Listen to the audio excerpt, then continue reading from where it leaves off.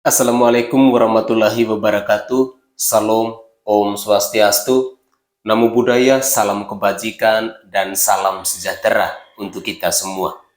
Saudaraku sebangsa dan setanah air, para penonton kanal YouTubeku yang sangat saya hormati dan sangat saya cintai.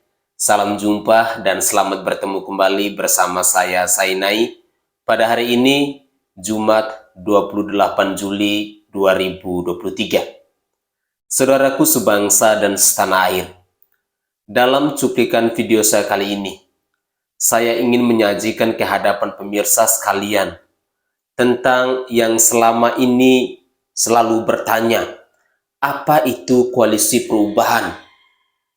Sekali lagi, kepada para pemirsa sekalian yang mungkin selama ini masih bingung, masih belum paham tentang apa itu koalisi perubahan, dalam cuplikan video ini, saya mau mengajak agar para pemirsa sekalian bisa menonton cuplikan video ini sampai selesai, agar kalian bisa paham sesuai dengan apa yang dijelaskan oleh Bapak Anies Baswedan ini.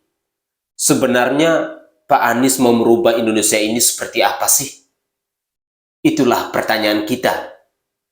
Untuk lebih jelasnya, saya mengajak kepada para pemirsa sekalian, mari kita bersama-sama mencoba untuk mencermati, mencoba untuk melihat dan mendengar apa yang disampaikan oleh Bapak Anies Rashid Baswedan ini.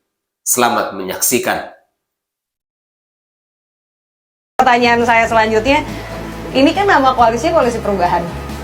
Dari namanya aja tuh orang udah langsung, apa perubahan? Emangnya sekarang udah nggak cukup sampai mau dirubah? Padahal secara survei mungkin masyarakat sudah cukup puas dengan kinerja kabinetnya Pak Jokowi.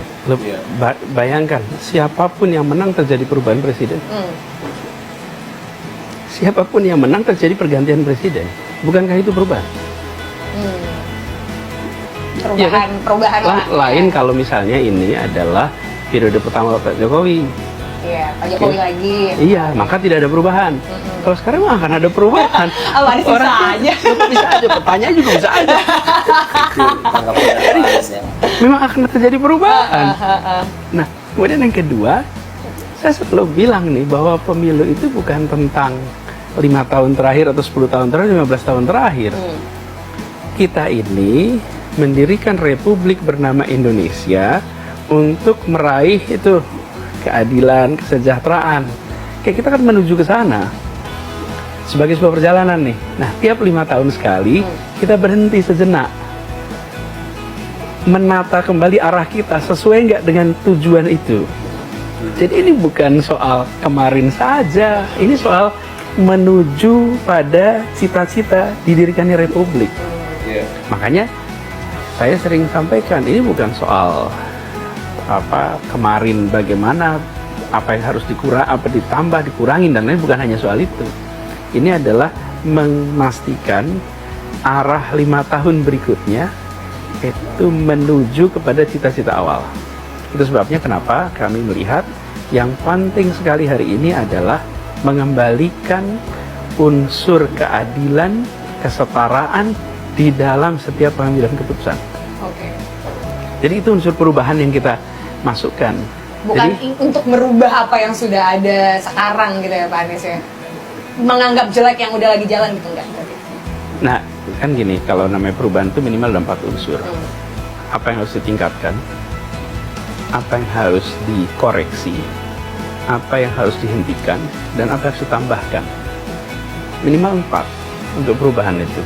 Ya, kadang-kadang kita kalau perubahan itu cuma satu aja, apa yang harus dihentikan. Seakan-akan perubahan itu hanya soal menghentikan. Bukan. Perubahan itu apa yang ditingkatkan, apa yang dikoreksi, apa yang dihentikan, dan apa yang ditambahkan. Hal baru apa yang dilakukan. Jadi kami melihat penting sekali untuk memasukkan unsur keadilan itu supaya kita semua punya perasaan negeri ini hadir untuk semua. Negeri ini bukan hadir untuk sebagian saja, tapi hadir untuk semua. Nah, itulah esensi dari perubahan yang kita lakukan.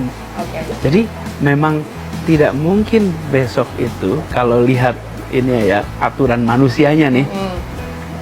Tanpa perubahan, siapapun yang menang terjadi perubahan presiden kok. Pasti akan berubah. Terjadi perubahan kabinet kok. Oke. Pasti. Oke. Jadi kenapa jadi kita khawatir dengan kata perubahan gitu? Jadi jangan menafsirkan sendiri ya, perubahan itu adalah Dan kalau ganti bahwa presiden pasti berubah. misalnya ya sekarang menteri, Pak Presiden, gubernur mendapat approval yang tinggi, itu mencerminkan ya kepuasan publik kepada apa yang beliau kerjakan. Itu sah-sah saja.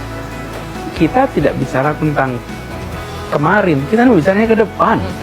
Kami akan masukkan unsur keadilan, kesetaraan di dalam pengambilan keputusan-keputusan di semua sektor. Itu perubahan yang kami tawarkan. Oke. Apakah ini juga menyambung dari pidato politiknya Pak Anies kemarin yang mau mention soal kendaraan listrik, sampai istilah kata nih Pak Anies, menteri-menterinya Pak Jokowi satu suara sampai Pak Luhut melempar bolanya lagi ke Pak Anies gitu, bahwa apa yang salah sama mobil listrik. Walaupun kelanjutannya Pak Anies bilang itu harusnya jadi kendaraan massal yang bisa mengangkut orang. Kami di Jakarta adalah promotor kendaraan listrik. Kami bahkan kita membuat pertandingan balap motor listrik.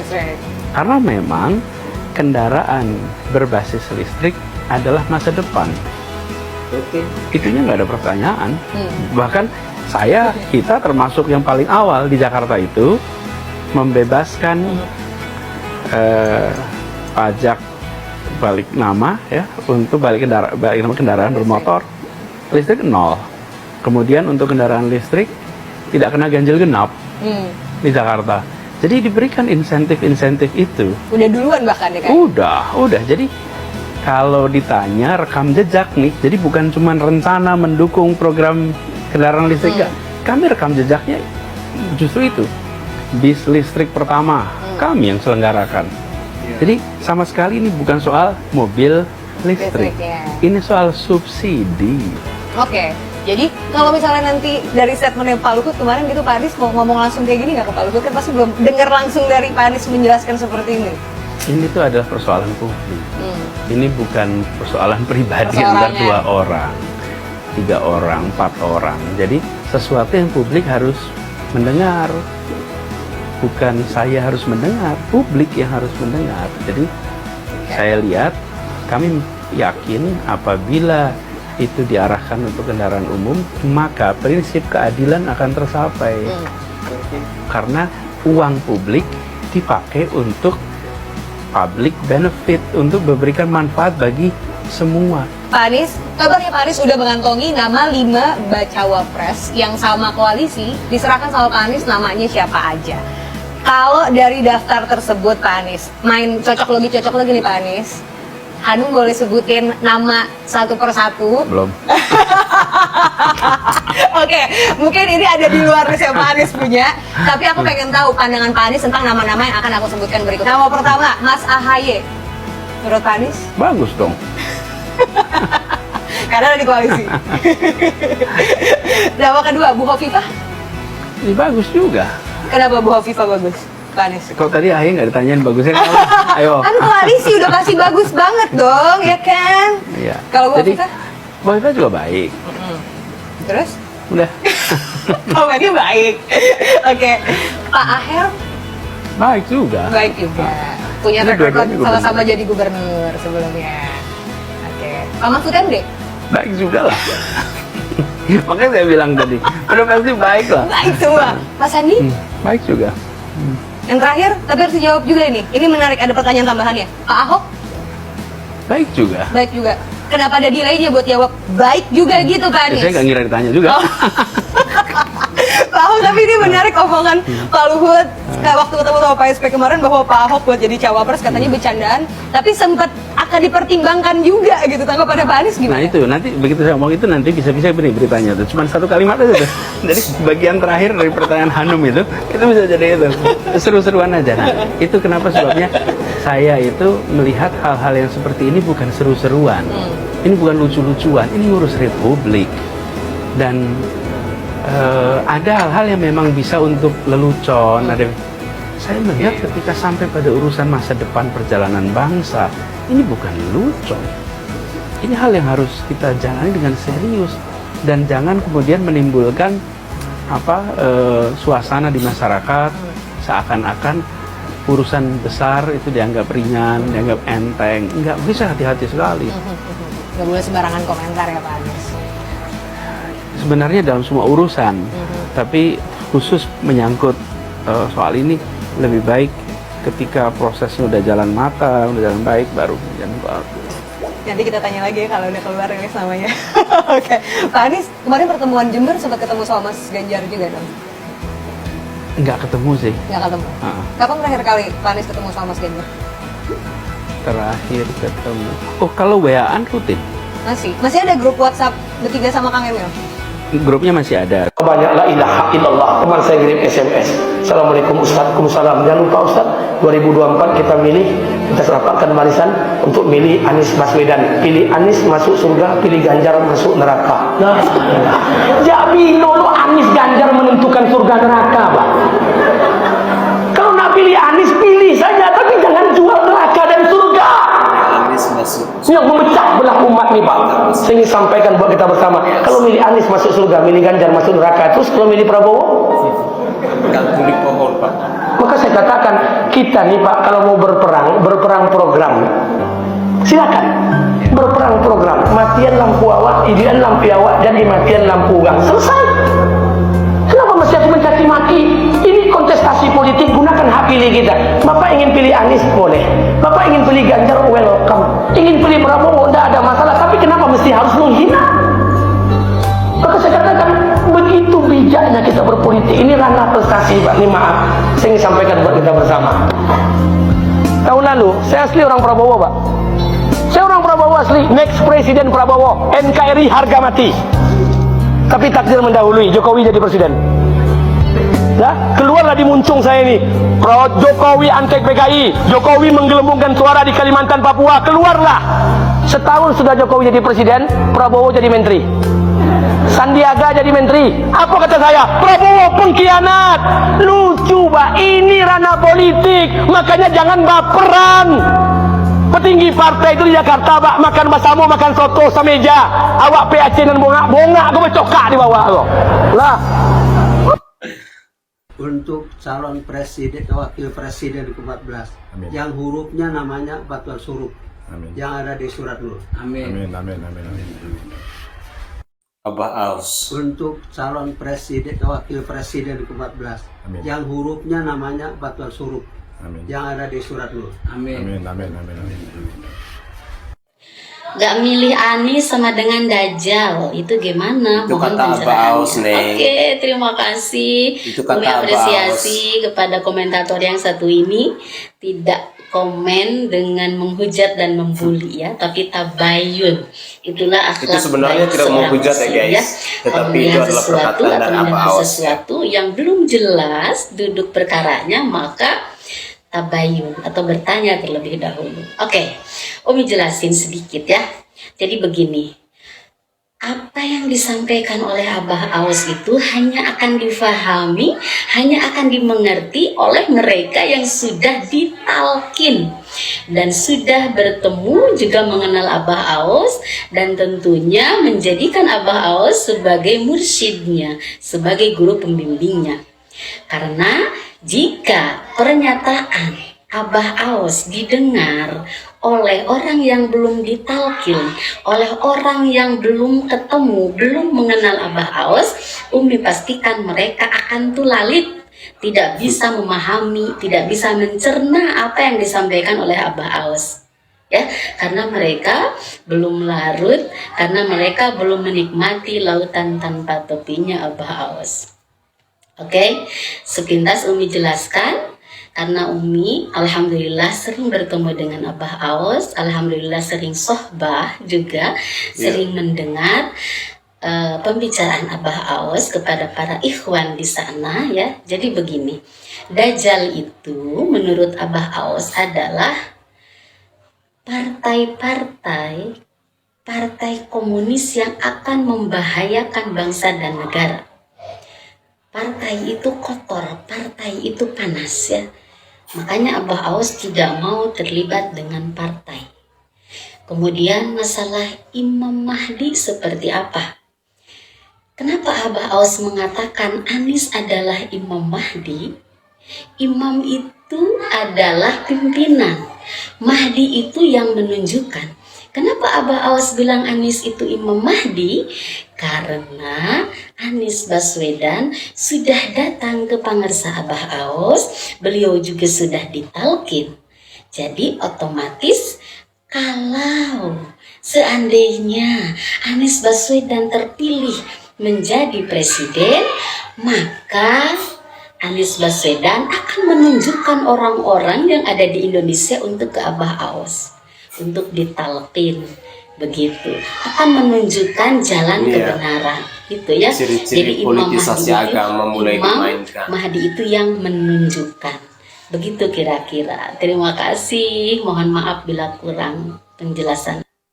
2024 tumbangkan PDIP, karena PDIP itulah parasit negara yang merugikan rakyat dan negara. 2024 tumbangkan PDIP, karena PDIP itulah parasit negara yang merugikan rakyat dan negara. Kenapa Bapak? Alasannya Bapak pakai baju Anies Baswedan? Ya bagaimana kita bupati presiden besok ini sudah orangnya. Karena kita agama Islam harus muslim di tanah Papua ini. Jadi takbir. Papua agama Islam harus. Oke, terima kasih Bapak.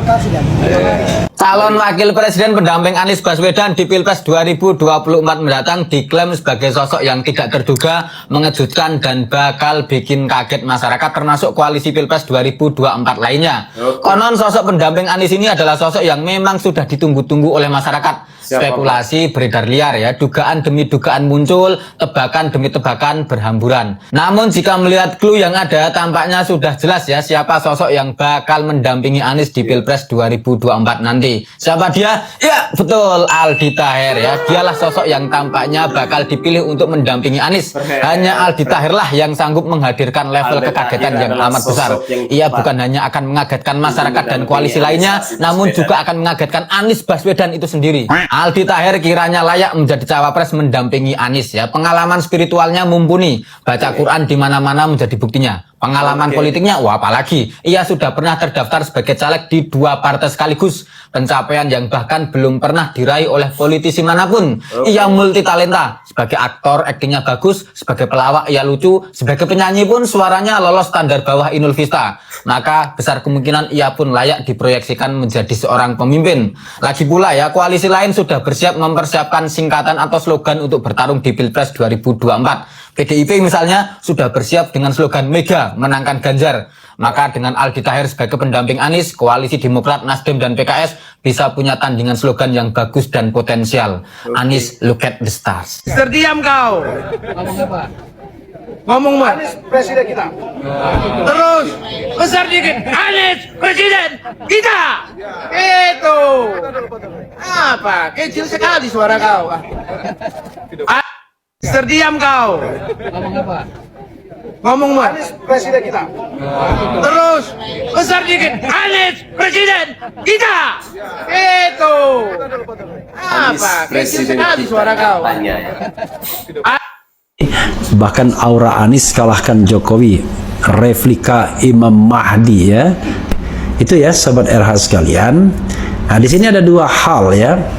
Sekarang mengapa orang berharap sama Anies? Apakah karena Anies replika Imam Mahdi? Allahu Akbar ya. Saya nggak berani menjawabnya ya, karena saya tidak paham seperti apa Imam Mahdi itu dan seperti apa Anies Baswedan sehingga pantas walaupun dikatakan dengan gaya lebay disamakan dengan Imam Mahdi. Tapi untung disamakan dengan setingkat imam bukan setingkat Rasul ya.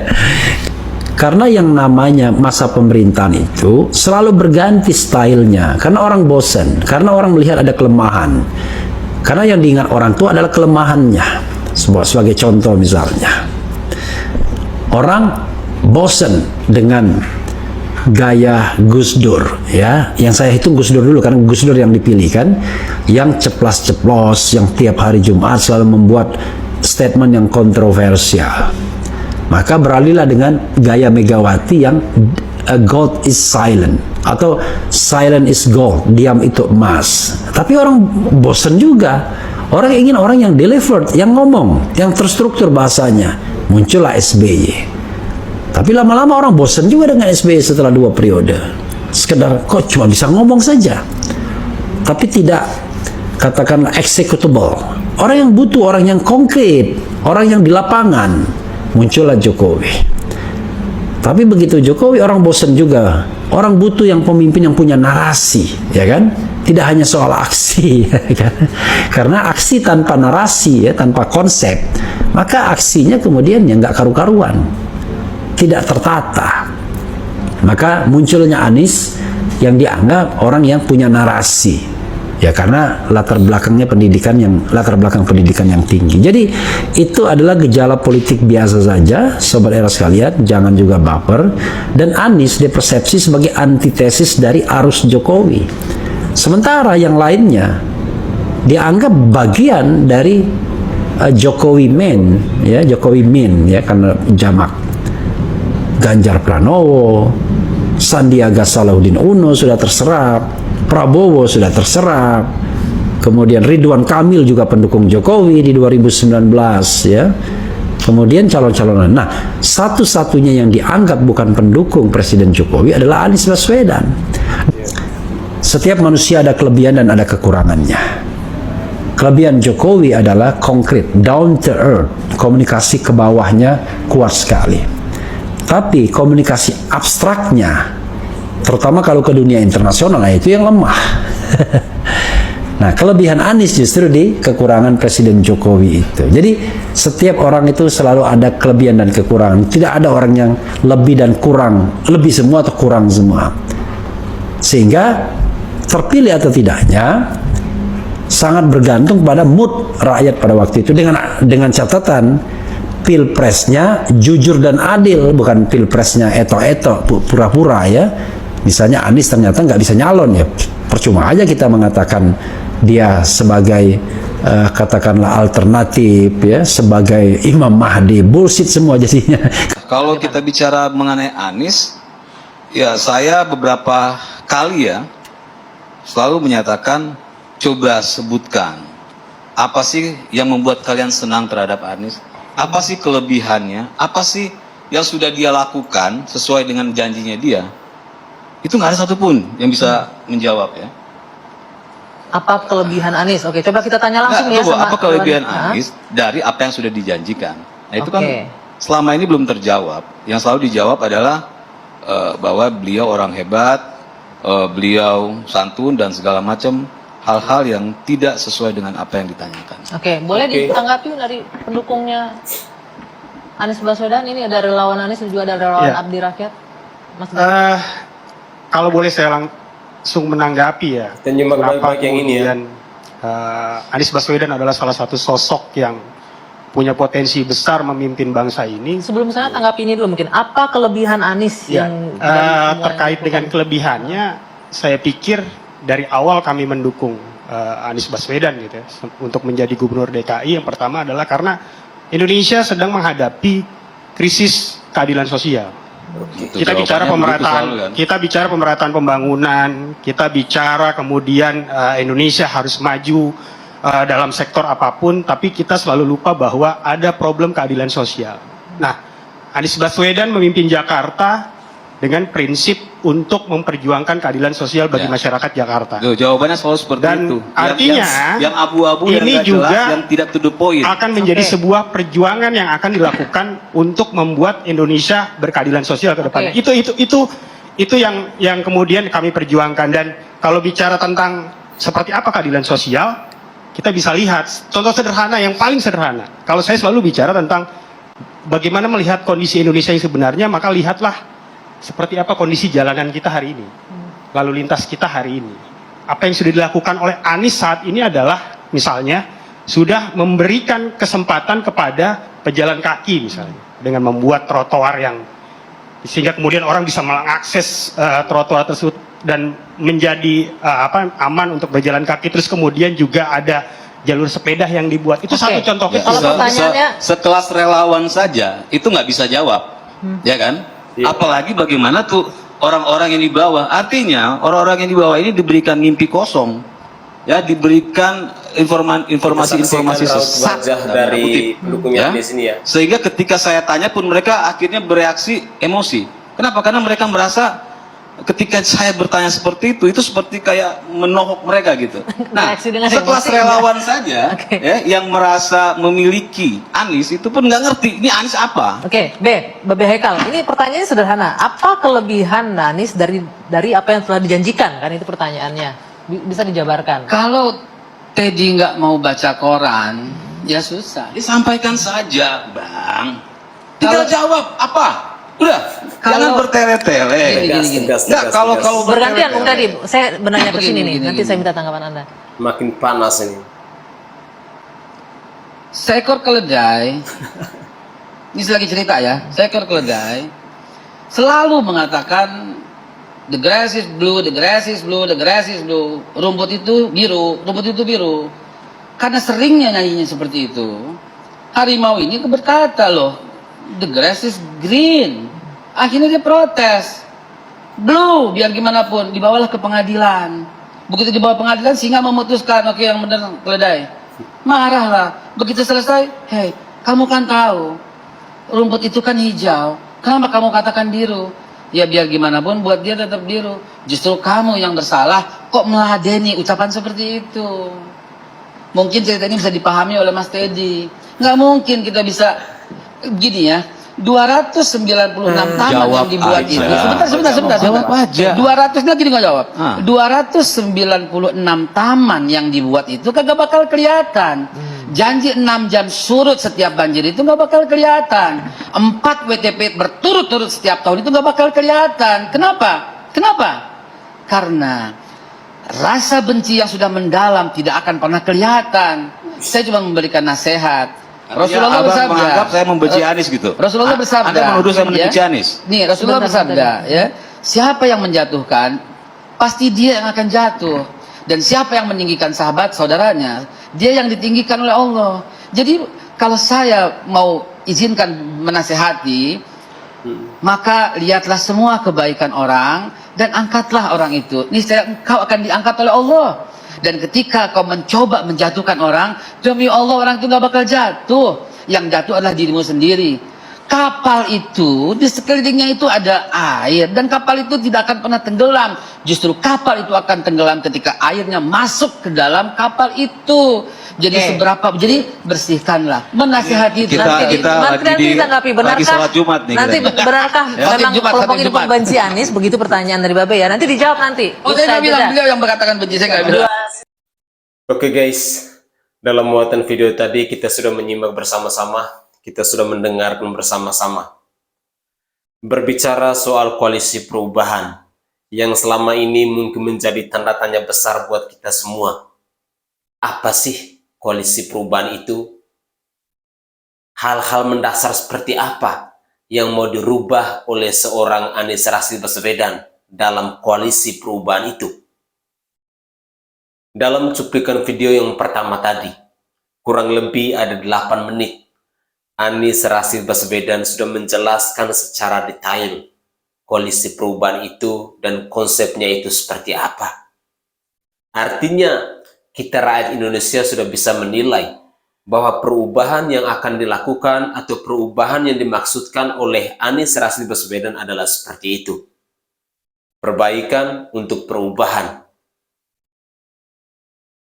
Saya berharap bahwa apa yang disampaikan oleh Pak Anies tadi bisa menyadarkan kita bahwa seorang Anies Rashid Baswedan dengan koalisi perubahan, dengan konsepnya untuk merubah Indonesia ini seperti apa, seperti yang dia katakan tadi.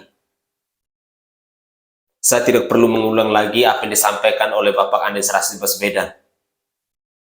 Tetapi saya yakin dan percaya bahwa para pemirsa sekalian sudah bisa paham.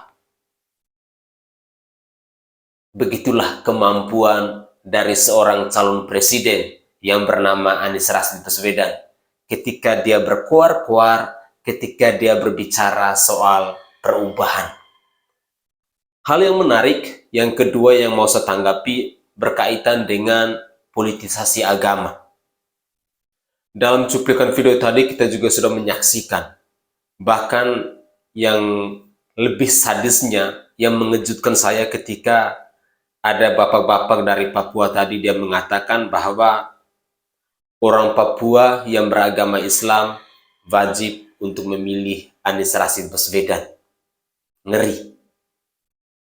Politisasi agama kelihatannya akan terulang kembali. Peristiwa yang pernah terjadi di tahun 2017 saat pemilu di DKI Jakarta akan terulang kembali di tahun 2024 nanti. Tentu ini adalah sesuatu yang membuat saya merinding jika memang di 2024 itu terjadi lagi hal yang sama. Apa yang akan terjadi di negara kesatuan Republik Indonesia ini? Jika benar bahwa politisasi agama itu kembali dimainkan di tahun 2024 nanti. Seorang ulama, seorang kiai yang bernama Aba Aus tadi, dia sudah terang benderang mengatakan bahwa di pemilu 2024 wajib pilih Anies, karena Anies adalah Imam Mahdi, dan bagi orang-orang yang tidak memilih Anies adalah Dajjal. Dan pemahaman Dajjal yang bisa kita dengar dari penjelasan disampaikan oleh pendukung Anies adalah seperti itu. Tentu rakyat Indonesia tidak sebodoh itu sebenarnya. Namun saya ingin tegaskan bahwa politisasi agama saat ini sudah mulai dimainkan, sudah mulai diperagakan, sudah mulai tersebar dalam kampanye gelap dari seorang calon presiden yang bernama Anies Baswedan ini. Tentu ini sangat berbahaya.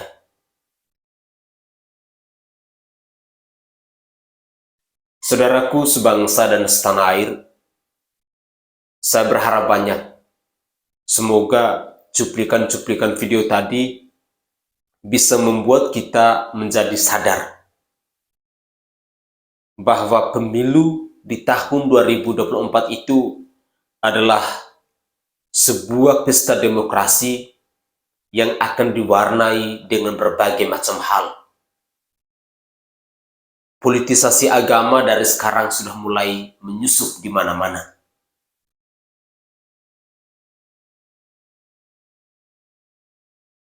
Saya yang selama ini selalu simpati dengan Ganjar Pranowo, saya bersyukur bahwa Ganjar Pranowo sudah menegaskan berulang kali dan hampir di setiap kegiatan, di setiap pertemuan, dia mengatakan kepada para relawannya untuk jangan memainkan politik identitas.